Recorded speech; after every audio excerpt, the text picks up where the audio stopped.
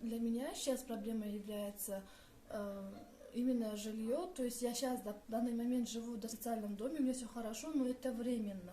Я бы хотела себе купить квартиру, в котором это, чтобы она была лично моей. Это не только я, все выпускники хотят. Мне кажется, любой человек хочет, чтобы иметь собственное жилье, чтобы, как сказать, свободно жить, что ли, чтобы было в свое.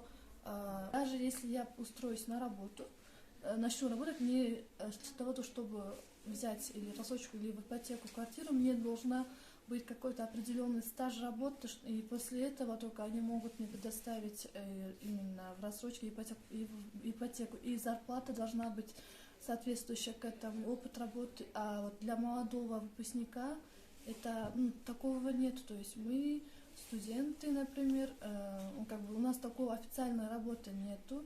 Могут где-то подзаработать, всякие подработки пойти, но чтобы официально где-то, чтобы у нас была бы трудовая книжка, такого пока нету. Мне уже 20 лет, и я, например, способна работать уже. Если бы мне дали возможность купить квартиру в рассрочку или ипотеку при каких-то льготах, можно сказать, на несколько лет я бы смогла купить себе квартиру, и я знала бы, что я работаю именно на квартиру, что в какое-то время я сейчас буду платить, работать, а потом у меня будет квартира. Хотела бы попросить или предложить, не знаю, просьба в том, чтобы сделали какие-то льготы именно выпускникам. Например, либо меньше проценты сделать или на дольший срок. И дать возможность, то есть не учитывая то, что у тебя там 10 лет стаж работы или 15, или какая-то определенная большая зарплата, чтобы у тебя должна быть.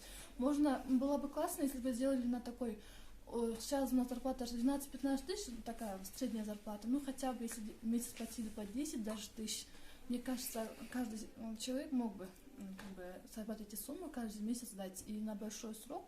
То есть через некоторое время этот человек по-любому заплатит. И так как это идет на квартиру, мне кажется, даже побольше будешь, немножко побольше давать, чтобы быстрее закончить.